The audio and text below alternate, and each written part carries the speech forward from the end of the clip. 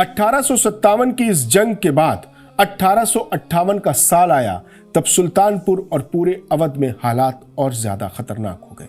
इसी दौर में बंदा हसन नाम के एक बड़े इनकलाबी का उभार हुआ। बंदा हसन ने सुल्तानपुर और अवध के इलाके में अंग्रेजों के खिलाफ जबरदस्त मोर्चा संभाला। बंदा हसन एक बेहद बहादुर और लोकल लीडर थे। उनका अवध के देही इलाकों में, गांव के इलाकों में बहुत गहरा असर था।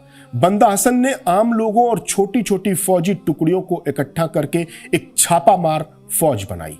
बंदा हसन जानते थे कि अंग्रेजों के पास तोपें हैं, इसलिए वो बहुत ही समझदारी और चालाकी से अंग्रेजों की सप्लाई लाइन पर हमला करते थे और उन्हें आगे बढ़ने से रोकते थे। 1858 में बंदा हसन ने नाजिम मेहदी हसन के साथ हाथ मिलाया और दोनों ने मिलकर अंग्रेजों के खिलाफ एक बहुत बड़ी और तारीखी लड़ाई लड़ी।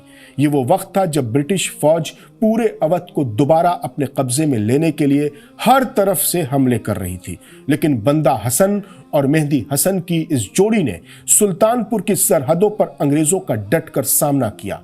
इन दोनों इनकलाबियों ने अपनी फौजों को मिलाकर एक ऐसी प्लानिंग की कि जिसने अंग्रेजी फौजियों को हैरान कर दिया। इस बड़ी जंग में बंदा हसन ने अपनी जान की परवाह न करते हुए फ्रंट पर लड़ाई लड़ी और ब्रिटिश फौज को काफी पीछे ढकेल दिया। इस लड़ाई ने यह साबित कर दिया कि जब भारतीय राजा, नाजिम और लोकल लीडर एक हो जाते हैं तो बड़ी से बड़ी ताकत को झुकना पड़ता है। हम भी तामीर वतन में है बराबर के शरीक, दरो दीवार अगर तुम हो तो बुनियाद है हम।